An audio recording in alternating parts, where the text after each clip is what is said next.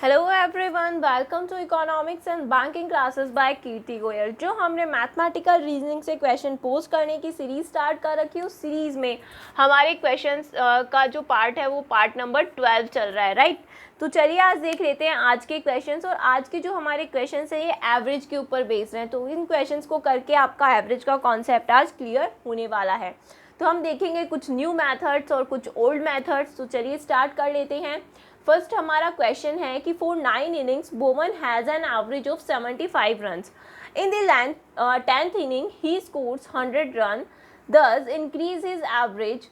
तो हमें क्या फाइंड आउट करना है? हमें उसका न्यू एवरेज फाइंड आउट करना है, राइट। तो क्वेश्चन के अंदर हमें क्या गिवन है कि उसकी 9 इनिंग्स का हमें एवरेज स्कोर गिवन है, जो कि कितना है 75 रन्स है।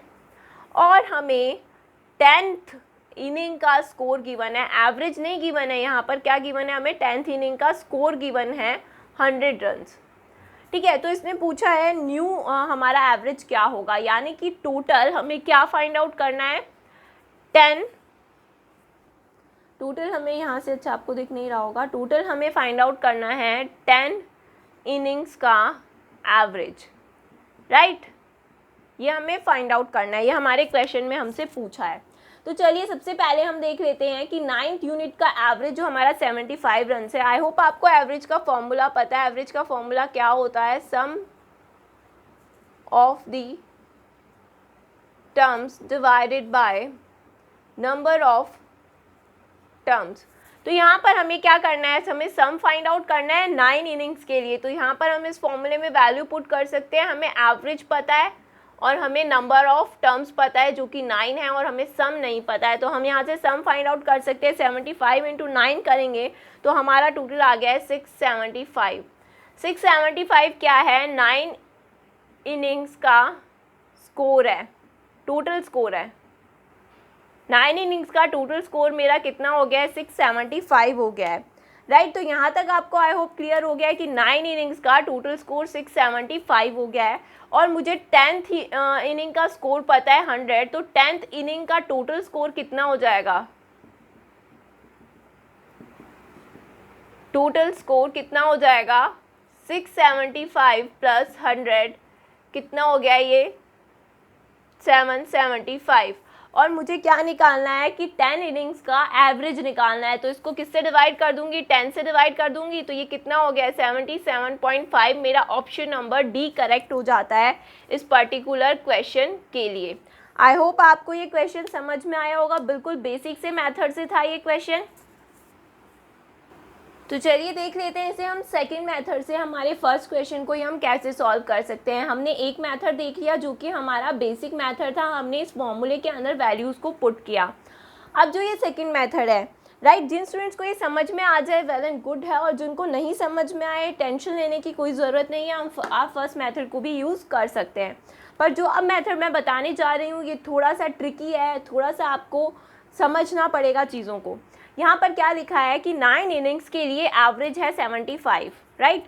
तो मैं लिख लेती हूँ 9 इनिंग्स का एवरेज 75 है और 10th इनिंग का स्कोर कितना है? 100 है। अब इसने पूछा है कि टोटल 10 इनिंग का एवरेज हमें फाइंड आउट करना है, यही तो पूछा है क्वेश्चन में।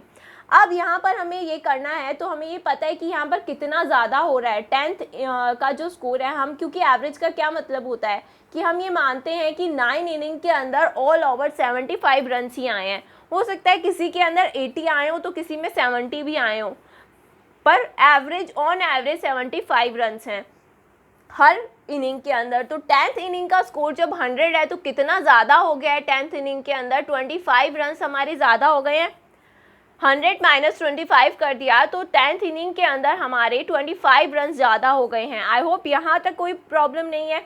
अब ये जो 25 रन हैं ये किस में डिस्ट्रीब्यूट होंगे? ये डिस्ट्रीब्यूट होंगे हमारे टोटल 10 यूनिट्स के अंदर। 10 जो हमारी इनिंग्स थी उसके अंदर डिस्ट्रीब्यूट होंगे, यानी कि ये पर इनिंग कितना इंक्रीज करेंगे, यहाँ से हमें ये चीज़ पता चल जाएगी। तो 25 डिवाइडेड बाय 10 यानी कि 2.5। यानी कि ये जो हमारा 10th इनिंग का स्कोर है, अगर मैं टोटल 10 इनिंग का एवरेज निकालना चाहूँ तो मेरा पर इनिंग 2.5 रन जो है वो इंक्रीज़ हो जाएगा। तो यानी कि मेरा न्यू एवरेज कितना हो गया, पहले कितना था 75 था, प्लस कितना इंक्रीज़ होगा पर इनिंग 2.5, तो यहाँ से आंसर आ जाता है 77.5 मेरे पास। आई होप ये आपको ये वाला मेथड समझ में आया होगा। फिर से बताती हूँ, 9 इनिंग के लिए एवरेज स्कोर था 75, 10th इनिंग के लिए स्कोर था हमारे पास में 100, यानी कितना ज़्यादा हुआ, 25 ज़्यादा हुआ। 25 ज़्यादा हुआ तो 10 यूनिट्स के अंदर पर यूनिट कितना इंक्रीज़ करेगा, 10 से डिवाइड कर दूंगी, 2.5 इंक्रीज़ करेगा। तो हमारा 9 इनिंग का एवरेज स्कोर था 75 और 2.5 ये इंक्रीज़ कर रहा है, तो टोटल हमारा न्यू एवरेज कितना हो गया है, 77.5 रन्स हो गया है। आई होप ये मेथड भी आपको समझ में आ गया होगा। नेक्स्ट जो हमारा मेथड है वो मैं आपको कह सकती हूँ कि मेथड नहीं है, एक स्मार्ट वर्क है। क्या कि ये आप हर जगह यूज़ नहीं कर सकते, पर अकॉर्डिंग टू दी इंफॉर्मेशन जो आपको गिवन है कि 9 इनिंग के लिए आपको एवरेज गिवन है 75 रन और 10th इनिंग का स्कोर गिवन है 100 रन। अब 10th इनिंग का स्कोर 9th इनिंग के एवरेज 9 इनिंग तक का जो एवरेज था उससे ज़्यादा है, यानी कि मेरा ऑप्शन नंबर 1 जो है वो गलत हो जाता है। इसको हम ऑप्शंस को देखकर ही जज करने वाले हैं, राइट। अब मेरा 10th इनिंग का स्कोर 100 है और 9 इनिंग तक का जो मेरा एवरेज था वो 75 था, तो मेरा 10th इनिंग का स्कोर 100 होने से मेरा टोटल एवरेज 100 कभी भी नहीं हो सकता है, 100 से तो कम ही होगा और 75 से ज़्यादा होगा, यानी कि मेरा ऑप्शन नंबर बी भी गलत हो गया। अब 100 से कम होगा और 75 से ज़्यादा होगा, ये मुझे पता चल गया है, तो मेरा ऑप्शन नंबर सी भी गलत हो गया, तो मेरा ऑप्शन बच जाता है डी, जो कि करेक्ट हो जाता है इस पर्टिकुलर क्वेश्चन के लिए। तो यहाँ पर आप ऑप्शंस को देखकर भी इस क्वेश्चन को सॉल्व कर सकते थे। आई होप ये तीनों मेथड्स आपको समझ में आ गए होंगे। तो चलिए चलते हैं हमारे सेकेंड क्वेश्चन की तरफ। हमारा सेकंड क्वेश्चन क्या कह रहा है कि 9 इनिंग्स के लिए Roman has an average of 65 runs. 9 inning के लिए इसके पास एवरेज कितना है, 65 रन्स है, राइट। और आगे ये कह रहा है कि 10th इनिंग के लिए इसके पास में जो स्कोर है वो कितना है, 200 रन्स है। लेकिन इस क्वेश्चन को बहुत ही ध्यान से पढ़िएगा, उसके जैसा ही लग रहा है ये, लेकिन ये आगे क्या कह रहा है कि दस increasing in average, his average increased by, यानी कि ये नहीं पूछ रहा है न्यू एवरेज, ये क्या पूछ रहा है कि इसका एवरेज कितने नंबर से इंक्रीज हुआ है, राइट। आई होप ये क्वेश्चन आपको समझ में आ गया होगा। ये पूछ रहा है कि एवरेज, न्यू एवरेज जो है वो कितने, हमारा जो ये ओल्ड एवरेज है इससे कितना ज़्यादा इंक्रीज होगा, राइट। तो यहाँ पर हम देख लेते हैं, फर्स्ट तो हमारा वही बेसिक मेथड हो सकता है। बेसिक मेथड के अकॉर्डिंग अगर हम करते हैं, हमारे इस फॉर्मूला के अंदर हम वैल्यू को पुट करते हैं, तो हमें पता है कि 65 एवरेज है 9 इनिंग्स के लिए। तो हम यहाँ से यहाँ पर 9 इनिंग्स का टोटल फाइंड आउट कर सकते हैं, टोटल स्कोर फाइंड आउट कर सकते हैं। टोटल स्कोर यहाँ पर कितना हो जाएगा, 65 को 9 से मल्टीप्लाई कर दूंगी मैं, 585 हो गया ये, ठीक है। तो यहाँ पर 585 हमारा ये हो गया है 9 इनिंग्स के लिए टोटल स्कोर। अब हम देखते हैं कि हमारा जो 10th इनिंग का स्कोर था वो कितना है, 200 है।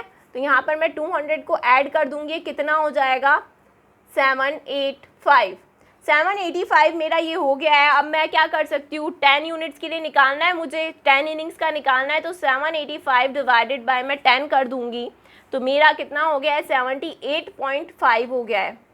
अब 78.5 मेरी 10 इनिंग्स का एवरेज स्कोर आ गया है। क्या आ गया है, एवरेज स्कोर आ गया है। अब मुझे क्या निकालना है कि मेरे पुराने वाले स्कोर से कितना ज़्यादा है, यानी मेरा पुराना स्कोर कितना था, 65 था, तो एवरेज कितना ज़्यादा होगा, 78.5 माइनस 65, ये कितना ज़्यादा हो गया है, 13.5 ज़्यादा हो गया है। आई होप ये क्वेश्चन भी आपको समझ में आ गया होगा। चलिए देख लेते हैं इसी क्वेश्चन के लिए हमारा सेकंड मेथड, जो कि बहुत ही शॉर्ट एंड स्वीट मेथड है। ये क्या कह रहा है कि 9 इनिंग्स के लिए एवरेज जो स्कोर है वो कितना है, 65 है, 65 रन है। 10th इनिंग का स्कोर हमें पता है कितना है, 200 रन्स हैं, राइट। तो हमें इसने पूछा है कि एवरेज कितना इंक्रीज़ हो रहा है, तो हम क्या कर रहे हैं, यहाँ पर हम देखेंगे कि टोटल 10th यूनिट के लिए, 10th के लिए नहीं, 10th इनिंग्स के लिए, 10 इनिंग्स के लिए एवरेज हम कितना ज़्यादा कैलकुलेट कर सकते हैं। तो यहाँ पर हम क्या देख रहे हैं, 200 है और यहाँ पर 65 है, यानी कि कितना इंक्रीज़ हो रहा है 10th यूनिट पर, ये इंक्रीज़ हो रहा है 10th यूनिट पर 135, राइट। ये 10th यूनिट के ऊपर 135 इंक्रीज़ हो रहा है और मुझे पता है कि कितना डिस्ट्रीब्यूट होगा ये पर यूनिट के अंदर। तो ये पर यूनिट हमारी टोटल यूनिट्स कितनी है, 10 है, तो पर यूनिट में कितना इंक्रीज़ हो जाएगा, 13.5 इंक्रीज़ हो जाएगा। तो आपका डायरेक्ट आंसर आ जाता है इस क्वेश्चन का इस तरीके से जब आप सॉल्व करते हैं, राइट। दोबारा बताती हूँ, 9 इनिंग के लिए एवरेज था 65, 10th यूनिट का जो स्कोर है वो 200 रन्स है, राइट। तो अब आपको ये क्या पता करना है कि 10th इनिंग के अंदर कितना 10th इनिंग के स्कोर से पर इनिंग कितना एवरेज, न्यू एवरेज जो है 10 इनिंग्स का वो कितना इंक्रीज़ हुआ है। तो हमने देखा कि 10 इनिंग का जो मेरा स्कोर था 200 था और 9 इनिंग तक एवरेज मेरा 65 था, यानी कि 135 मेरा इंक्रीज़ हो रहा है टोटल स्कोर के अंदर, टोटल 10 यूनिट तक। अब मुझे पता है कि 10 यूनिट तक 135 इंक्रीज़ हो रहा है, तो पर इनिंग कितना इंक्रीज़ होगा, पर इनिंग निकालने के लिए क्या करूँगी, 10 से डिवाइड कर दूँगी। तो ये मेरा पर इनिंग इंक्रीज़ जो होता है, एवरेज जो इंक्रीज़ हुआ है पुराने वाले एवरेज से, यानी कि 9 यूनिट्स के एवरेज से 10 यूनिट्स के एवरेज में कितना इंक्रीज़ हुआ है, 13.5 हुआ है। और अगर ये पूछता कि 10 इनिंग्स का एवरेज कितना है, तो क्या करते, 65 प्लस 13.5 कर देते, तो ये आ जाता 78.5 आपके लिए 10 इनिंग्स का एवरेज। पर हमारे क्वेश्चन के अंदर हमसे क्या पूछा है, जो एवरेज इंक्रीज हुआ है, तो ऑप्शन नंबर सी करेक्ट हो जाता है इस पर्टिकुलर क्वेश्चन के लिए। कुछ स्टूडेंट्स ने गलती की यहाँ पर, उन्होंने 678.5 को बता दिया है आंसर। तो इसके लिए आप क्वेश्चन को बहुत ही ध्यान से और अच्छे से पढ़िए, क्योंकि एग्जामिनर आपको कंफ्यूज करने की कोशिश करेगा, राइट।